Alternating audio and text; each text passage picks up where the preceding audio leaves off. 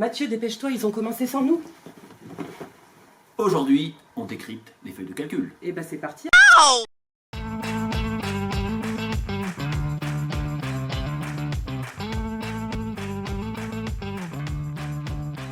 J'ai reçu une feuille de calcul, comment cela se fait-il?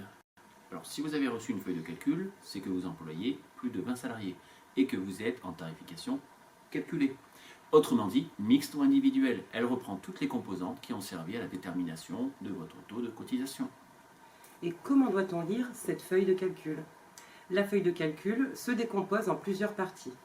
Les références administratives, adresse, SIRET et code risque, le compte triennal, les majorations forfaitaires, le tableau récapitulatif, valeur du risque et masse salariale, la détermination du taux avec les effectifs, la formule de calcul et pour finir, le taux qui sera appliqué pour cette année.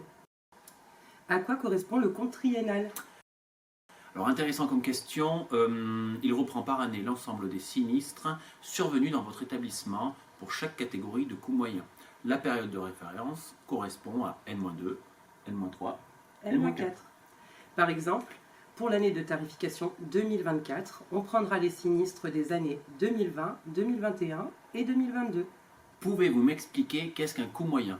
C'est une question qui revient fréquemment, Mathieu. Tout à fait, oui. Les coûts moyens permettent de calculer le coût du risque pour les entreprises concernées par le taux mixte ou individuel.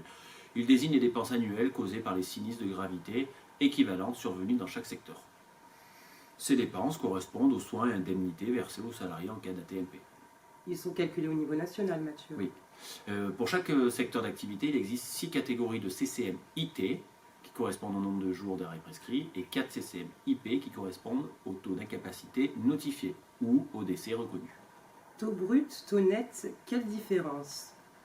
Alors, le taux brut se calcule sur les 3 dernières années de référence. C'est le rapport entre la valeur du risque et la masse salariale. La valeur du risque, c'est le nombre de sinistres multiplié par leur coût. Et la masse salariale est issue de votre DSN. On ajoute aussi à ce taux brut les majorations forfaitaires et nous obtenons alors le taux net. À quoi correspondent les majorations forfaitaires, Mathieu? Oui, alors comme je disais juste avant, les majorations sont identiques et imputées à toutes les modes de tarification.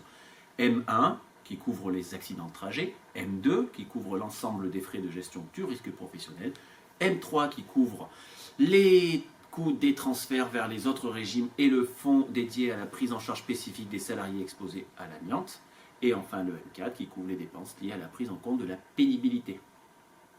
Pour plus de détails, nous vous invitons à vous connecter sur votre compte Net Entreprise. Et ça, on vous l'explique dans la prochaine vidéo.